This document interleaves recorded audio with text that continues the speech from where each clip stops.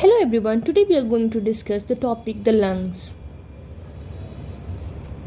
Okay, in the lung we are going to first start with the congenital anomalies.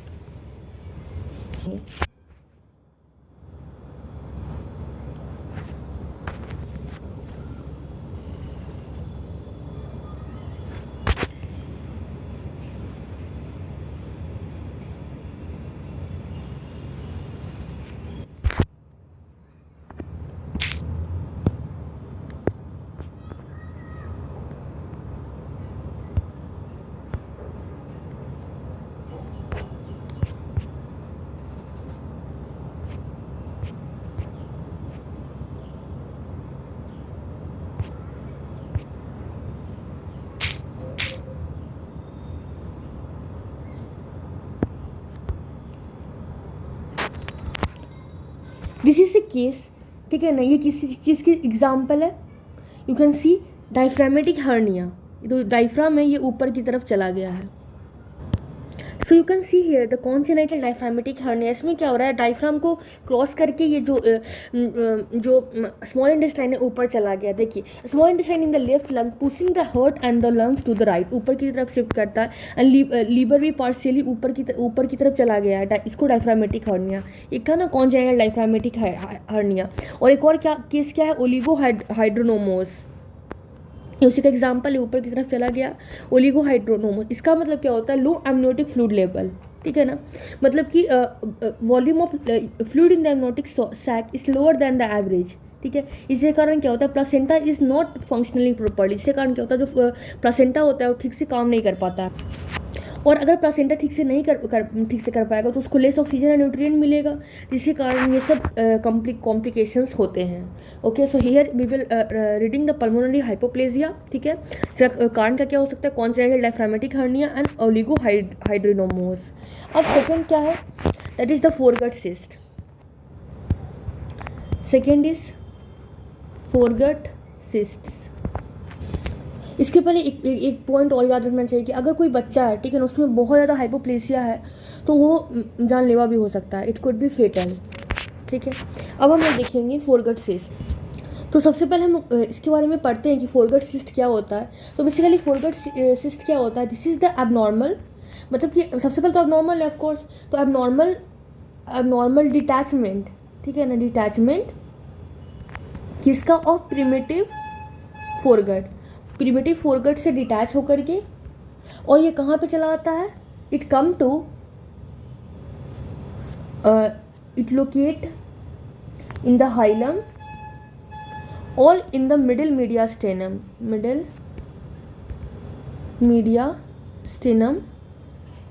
ठीक है ना. और मतलब कि कैसा उसका बाल का स्ट्रक्चर है उसके अकॉर्डिंग पे हम लोग सिस्ट को फिर डिफ्रेंशिएट कर देते हैं.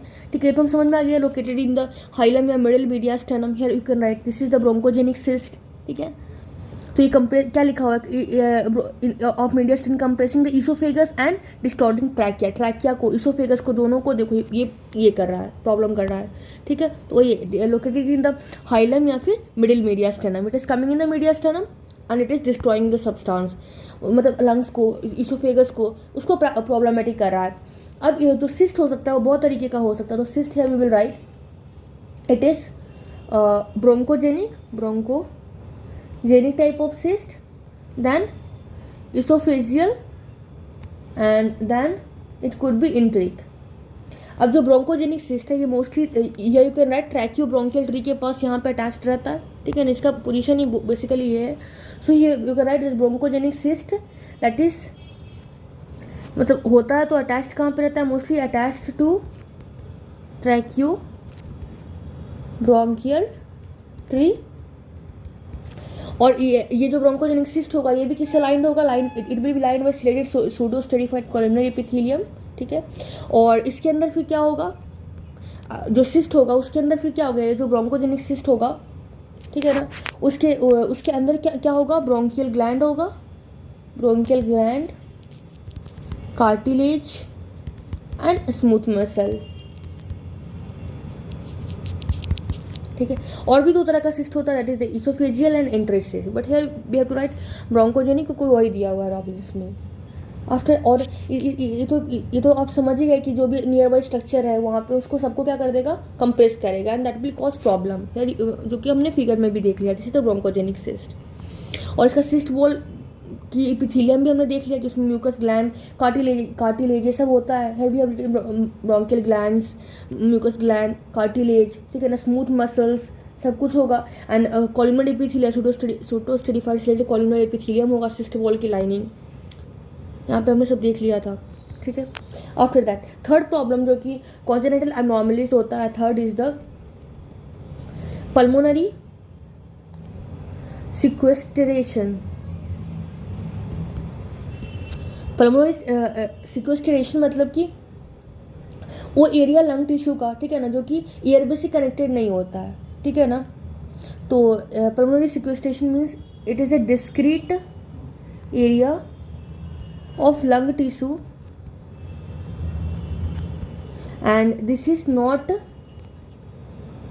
connected to the airways। और इसमें क्या होता है, इसमें होता है has an abnormal blood supply and that is arising from the aorta and the branches। look here you can see, मैंने क्या बोला कि pulmonary sequestration मतलब कि discrete area of the lung tissue जो कि एयरवे से कनेक्टेड नहीं है, ठीक है। Look this is the means, ये टू टाइप्स के होते हैं, इंट्रालोबार और एक्स्ट्रालोबार। तो लुक हियर एक अलग ही लंग टिश्यू है, दिस इज एक्स्ट्रालोबार, अंदर में तो इंट्रालोबार, ठीक है ना। यहाँ पे एक्स्ट्रा थोरेसिक, एक्स्ट्रालोबार, एक्स्ट्रा, ये एयरवे से कनेक्टेड नहीं है, ठीक है ना, ये अलग ही टिश्यू है लंग टिश्यू जो कि एयरवे से कनेक्टेड नहीं होता है, और इसका अब नॉर्मल अलग ही ब्लड सप्लाई अपना चलता है। लोग इंट्रालोबुलर सिक्वेस्टरेशन, एक्स्ट्रालोबुलर सब डायफ्रामेटिक सिक्वेस्टरेशन, ठीक है ना, इसमें एरोटा से उसके ब्रांचेस से एयर सप्लाई नहीं होता है, ठीक है। अगर हम लोग एक्स्ट्रालोबार सिक्वेस्टरेशन की बात करते हैं तो इसमें क्या देखते हैं, जो एक्स्ट्रालोबार सिक्वेस्टरेशन होता है ये एक्सटर्नल टू लंग्स होता है, एक्सटर्नल टू लंग्स, ठीक है ना। और ये मोस्ट कॉमनली प्रेजेंट होता है इन इन्फेंट ऐसे मास लीजन, ठीक है ना। और ये अलग अदर कॉन्जेनिटल एब्नॉर्मलिटीज के साथ भी हमें दिखता है। और अगर हम लोग इंट्रालोबार सिक्वेस्टरेशन की बात करें तो ये प्रेजेंट क्या होता है, this is present inside lungs,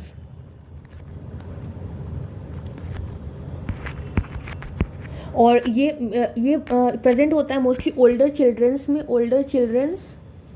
और ये often occur due to recurrent localised infection, ठीक है ना। हम लोग देखेंगे रिकरेंट लोकलाइज्ड इन्फेक्शन जैसे या फिर ब्रोंकियोप्टेसिस के कारण इंट्रालोबार सिक्वेस्टरेशन होता है, मतलब अलग ही एरिया, ठीक है ना, जिसको एयरवे से कनेक्टेड रहने से कोई मतलब नहीं है, ठीक है ना। ऐसे क्लास में कुछ बच्चे होते हैं ना जो अलग ही अपना चलते हैं, उसी तरह से पल्मोनरी सिक्वेस्टरेशन है, ठीक है ना, उनको अलग ही चलना है, उनको अपना एयरवे से मतलब है ना, तो उनको उसके ब्लड सप्लाई से मतलब है, पूरा का पूरा अलग है, ठीक है। फिर आप ये याद रखो कि एक्सटर्नल है तो ये मोस्टली बच्चे में होते हैं, क्योंकि मास लीजन्स, क्योंकि हम देखते हैं कि जो भी कॉन्जेनिटल एब्नॉर्मलिटीज मास किसी बच्चे को, मतलब आप बहुत सारे कॉन्जेनिटल एब्नॉर्मलिटीज पढ़ते हो कि किसी बच्चे को ये हो गया लीजन्स की बचपन से, मतलब जन्म जाता ऐसे है, ठीक है ना, हाइड्रो मतलब सिर बड़ा, ये बड़े में भी होते हैं, बट मोस्ट कॉमनली आपको अनोखा लगता है जब आप बच्चे में देखते हो, तो उस तरह से आप याद रख सकते हो, ठीक है ना, कि जो एक एक्सटर्नल टू लंग्स, जो एक्स्ट्रालोबार सिक्वेस्टरेशन है वो बच्चे में से मास लीजन की तरह रहता है, और जो इनसाइड लंग है जो कि ओल्डर चिल्ड्रन में होता है, ठीक है ना।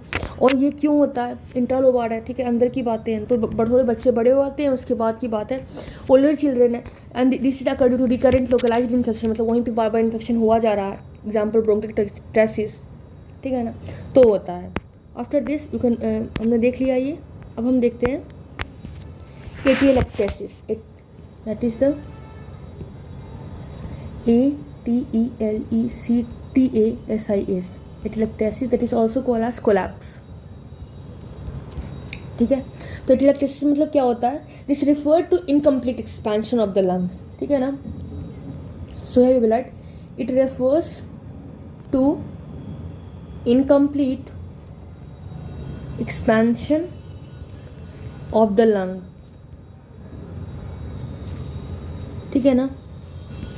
और क्या होता है कि कोलैप्स और कोलैप्स ऑफ प्रीवियसली, पहले जो प्रीवियसली इन्फ्लेटेड लंग्स, तो या फिर कोलैप्स हो गया पुअरली इन्फ्लेटेड लंग्स का, ठीक है ना। तो या तो कोलैप्स हो गया जो प्रीवियसली इन्फ्लेटेड लंग्स है, या फिर इनकम्प्लीट एक्सपेंशन ऑफ लंग्स। जो incomplete expansion of the lungs होता है बेसिकली न्यूनेटल में होता है, इसलिए हम लोग न्यूनेटल एटिलेक्सिस भी बोलते हैं, ठीक है ना। और इससे क्या होगा, अगर कोलैप्स हो जाएगा प्रीवियसली इन्फ्लेटेड लंग्स से, या फिर इनकम्प्लीट एक्सपेंशन होगा लंग्स से, इसके कारण क्या होगा, हमारे जो पल्मोनरी पेरेन्काइमा है उसमें एरियाज हो जाएंगे जो कि पुअरली एरिएटेड एरिया रहेंगे। So this result in area of poorly aerated pulmonary parenchyma, ठीक है। ये तो हमने देख लिया। अब कि मतलब जो एटिलेक्टेसिस केवल बचपन में नहीं हो रहा है, बड़े में भी हो रहा है। तो कैसे कैसे हमने एटिलेक्टेसिस को एक्वायर किया, ओके। तो उसकी जो कि बड़े में हो रहा है उसके हम कुछ टाइप्स देख रहे हैं। So the types that we are going to write, main type of acquired एटिलेक्टेसिस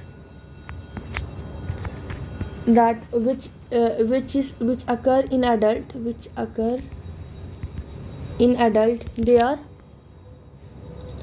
first is resorption atelectasis, second is compression atelectasis, and third is contraction atelectasis, ठीक है। अब सबसे पहले हम लोग देखेंगे resorption atelectasis. The first we are going to look that is the resorption atelectasis. Now अब जो रिजॉर्प्शन एटिलेक्टेसिस होता है इसमें क्या होता है, it occur from obstruction of an airway, ठीक है ना। तो रिजॉर्प्शन एटिलेक्सिस क्या हो गया, that stem from the obstruction of an airway, मतलब एयरवे में ऑब्स्ट्रक्शन हुआ।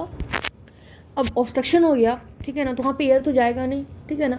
अब उसके बाद क्या हो जाता है, वो कोलैप्स कर जाता है, ठीक है ना। अब जब कोलैप्स कर गया तो लंग की वॉल्यूम क्या हो गया, डिमिनिश हो गया।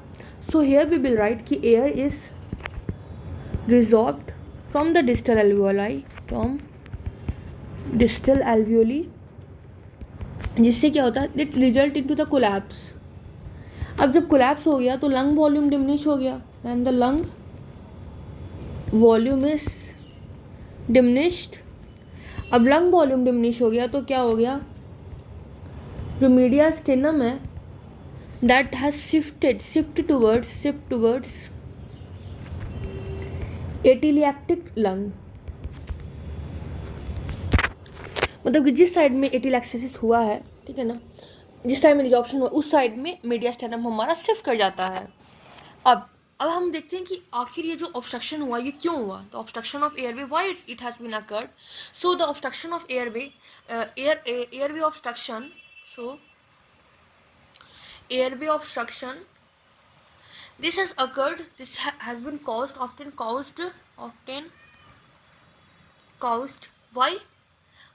by the excessive secretions, जैसे कि example is like mucus plugs,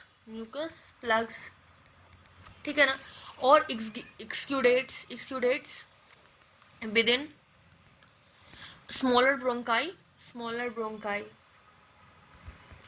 ठीक है ना। तो हमने क्या क्या देख लिया कि या तो एक्सेसिव सिक्रेशन हो गया, म्यूकस प्लग बन गया, तब एयरवे का ऑब्स्ट्रक्शन हो गया, ठीक है ना, या फिर तो छोटे छोटे ब्रोंकाई है उसमें एक्सक्यूडेट्स हो गए, ठीक है ना।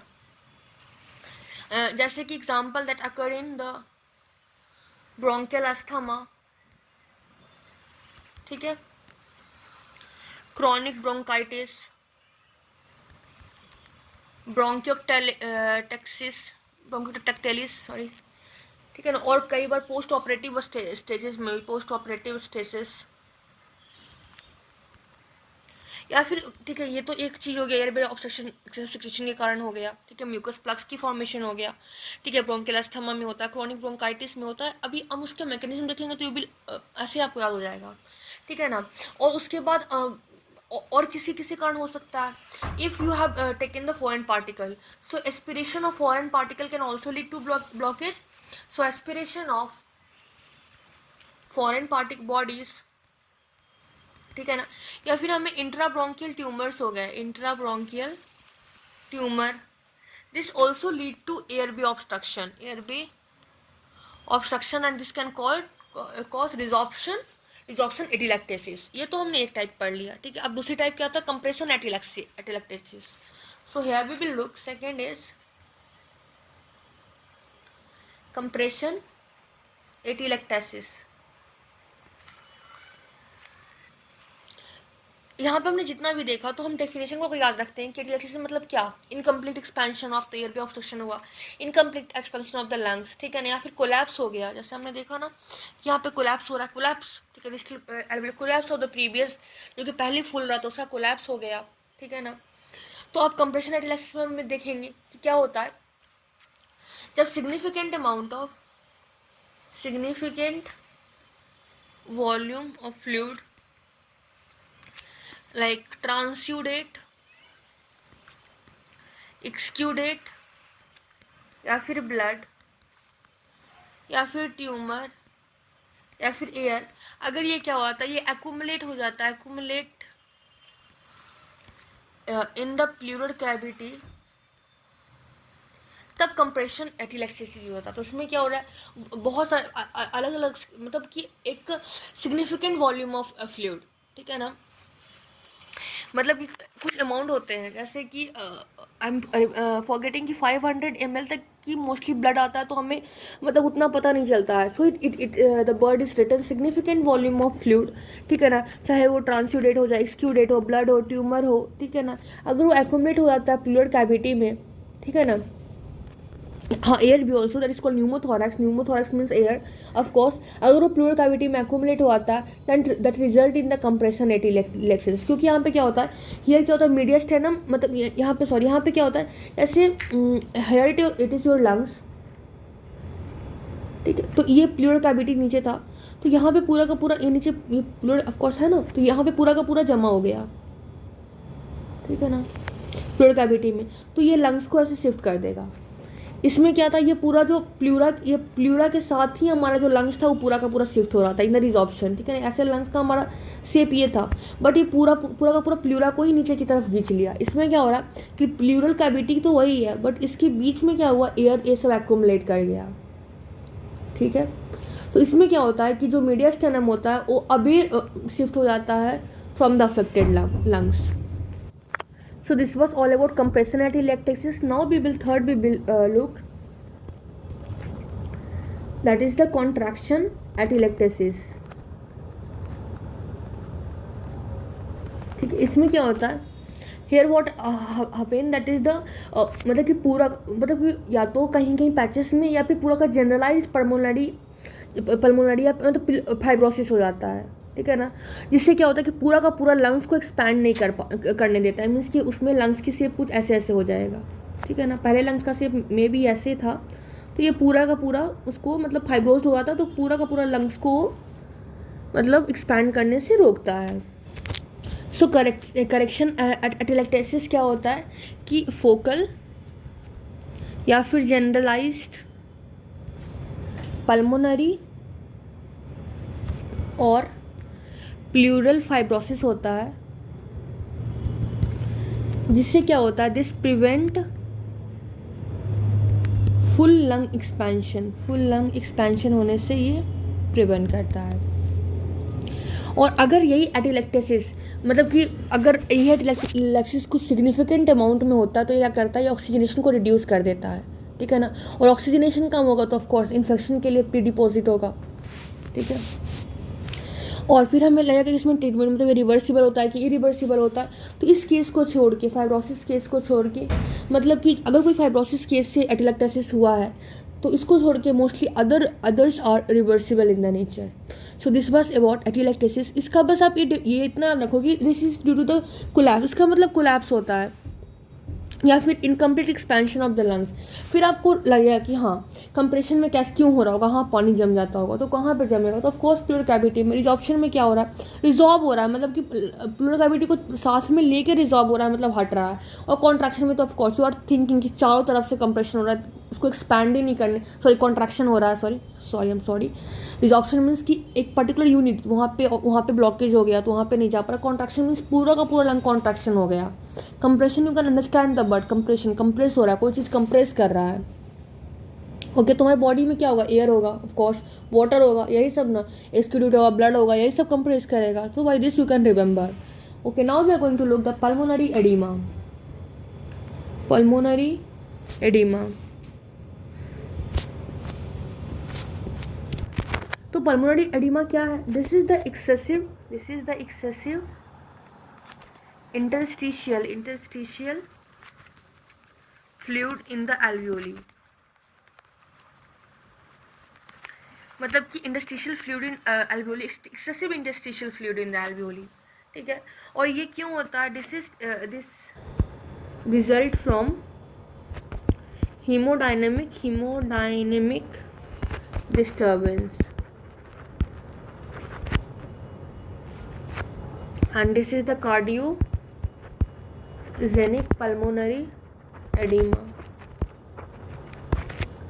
or increased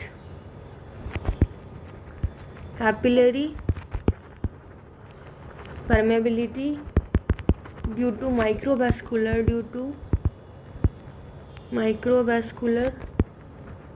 injury. That is the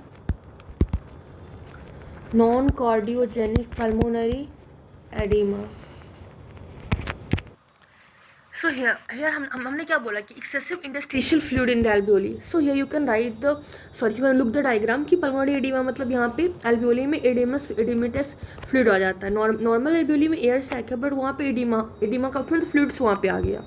ठीक है. तो एक तो इसका दो कारण होता है. एक होता है cardiogenic pulmonary oedema, that we will see in the heart when we look the congestive heart failure, उस समय हम देखेंगे. और एक और है कि increase capillary permeability due to microvascular injury, that is the non cardiogenic pulmonary oedema. That you can look here कि इसमें आर्टरी वेन है. ठीक है ना. एक कार्डियोजेनिक पल्मोनरी एडिमा जो कि हम लोग बाद में देखेंगे, एक नॉन कार्डियोजेनिक क्योंकि पल्मोनरी एडिमा जो कि होता है in presence of damage pulmonary capillaries, मतलब कैपिलरी यहाँ पर डैमेजिंग हो गया और जिसके कारण फ्लूइड का एक्युमुलेशन हो गया एल्वियोली में, and that cause the pulmonary oedema. Okay.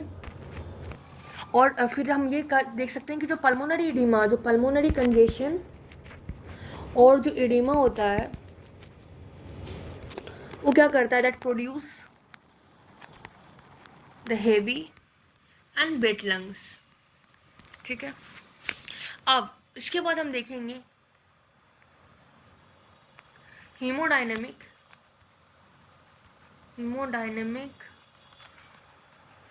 Pulmonary oedema. तो थोड़ा सा हम लोग ओवरव्यू कर लेते हैं. ठीक है ना. कि मतलब हार्ट फेलियर में मतलब मोस्टली लोग वहाँ पर रहेंगे, बट थोड़ा सा यहाँ पे हम लोग देख लेते हैं. And after that we will look the microvascular area injury वाला भी थोड़ा सा. So here I have written something कि क्या क्या होता है. तो basically let me make you first understand कि हाइड्रोस्टैटिक पल्मोनरी एडिमा जो बेसिकली होता है, दिस इज ड्यू टू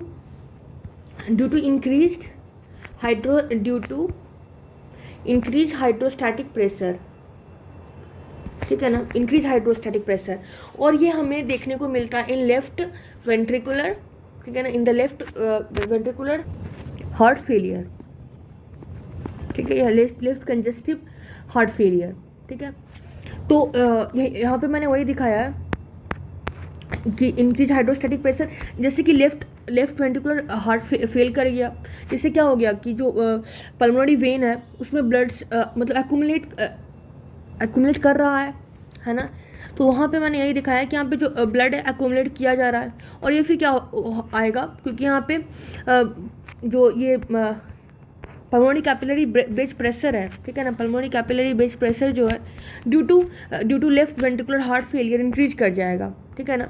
अब जैसे ही pulmonary capillary bed pressure increase किया, देन देयर वो जो उसकी जो वाटर है, ठीक है ना, जो फ्लूइड है वो अंदर की तरफ जाएगा, ठीक है, and there will be oedema.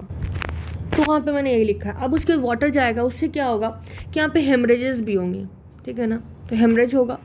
अब हेमरेज होगा तो WBC कुछ बाहर निकलेगा, कुछ अंदर निकलेगा, तो फ्लूइड कलेक्ट हो गया एल्वियोली में। अब मैक्रो, अब उसके बाद क्या हुआ, अब जहाँ भी कुछ एक्सक्रीड्यूट आया, कुछ ट्रांसड्यूट, कहाँ जहाँ भी आता है वहाँ पे मैक्रोफेज तो आएगा ही। तो फिर इस एल्वियोली में क्या हुआ कि मैक्रोफेज आया, तो macrophage will come and that will engulf the, ठीक है ना, हेमोरेज्ड RBC, ठीक है ना, जो RBC टूट के हेमोरेज हो गया उसको इनगल्फ करेगा and that it will digest it. Digest करने के उसके अंदर आयरन होगा, ठीक है ना, तो कैसा कलर देगा, ब्राउन कलर, हीमोसेड्रिन भी उसके अंदर से आएगा। तो अगर किसी भी सेल्स के अंदर ब्राउन कलर हमें दिख रहा है स्टेनिंग के बाद, then that is called as heart failure cell, जिसको हम लोग बोलते हैं haemosiderin laden macrophages. It is called as, इसमें ये मैक्रोफेजेस, ये एक माइक्रोस्कोपिक व्यू है, ये क्या है, मैक्रोफेजिक लेडेन सेल है। ये ब्राउन क्यों हो गया, due to the haemosiderin containing pigment. अगर ऐसा पिक्चर आपको दिखता है, then you should recognise it as high, कि ये पेशेंट को हाइमोडायनेमिक पल्मोनरी एडिमा है, इंक्रीज हाइड्रोस्टेटिक प्रेशर के कारण। और क्यों हुआ है, क्योंकि लेफ्ट वेंट्रिकुलर फेलियर हो गया है, ठीक है ना, जिसके कारण जितने भी एल्वियोली हैं सब, मतलब कि सब में मैक्रोफेजेस के कारण यहाँ पे ब्राउन कलर का पिगमेंट, मतलब ब्राउन कलर का हमें ये मैक्रोफेजेस दिख रहा है, ठीक है। ये तो हम बेसिक चीज़ जान गए। उसके बाद फिर देखते हैं हम कि जो एडिमा होता है, ठीक है ना, जो एडिमा जो हमने देखा है इसमें, एडिमा दिस एडिमा वो सबसे पहले इनिशियली कहाँ पे होता है, initially that in basal region of lower lobe, ठीक है ना।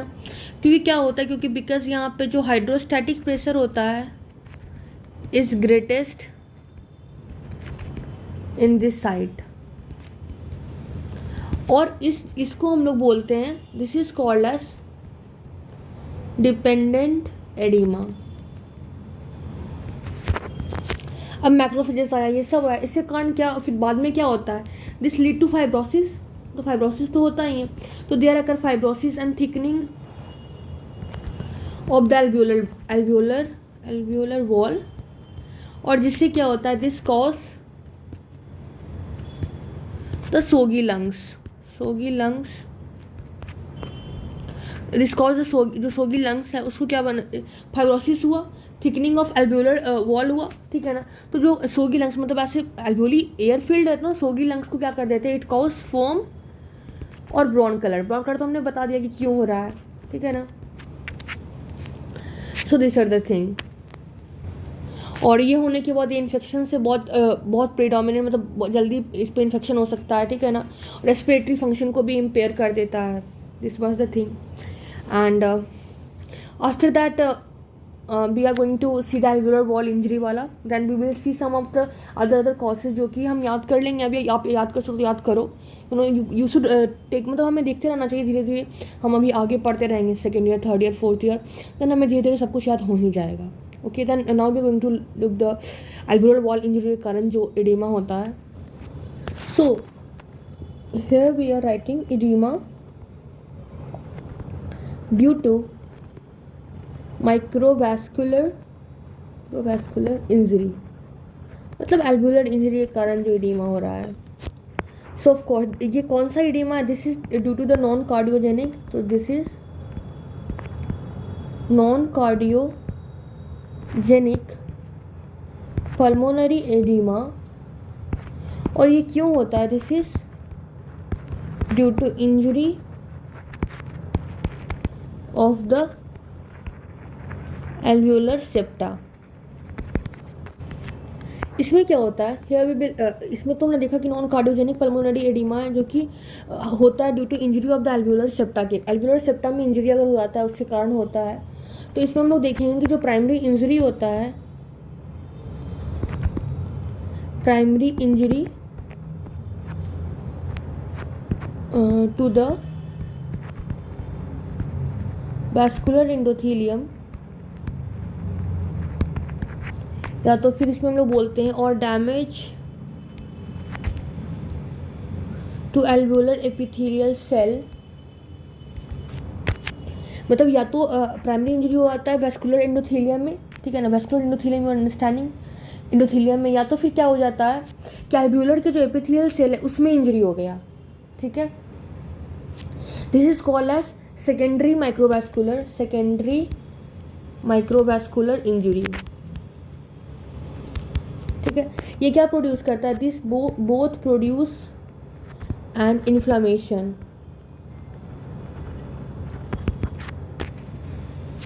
इन्फ्लामेशन एक्सक्यूडेट जो कि that leaks to interstitial space में लीक आउट हो जाता है,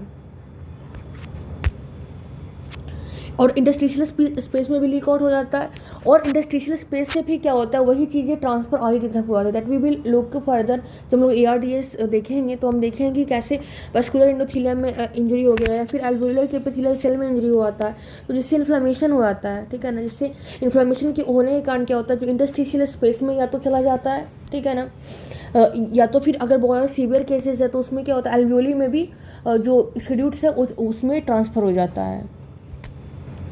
और अगर किसी भी इंजरी में ऐसा हो गया कि अगर एल्ब्यूलर में भी एडिमा हो गया, then that is serious, okay. अगर एल्ब्यूली में हो गया then that is very serious, and उसी को हम लोग ARDS जो कि हम अभी पढ़ेंगे, दैट वी विल सी। तो this was the oedema due to microvascular injury. अब हम लोग देखते हैं कुछ पॉइंट्स जिसमें हम देखेंगे कि इन दोनों के कॉजेज़ क्या है। So here we are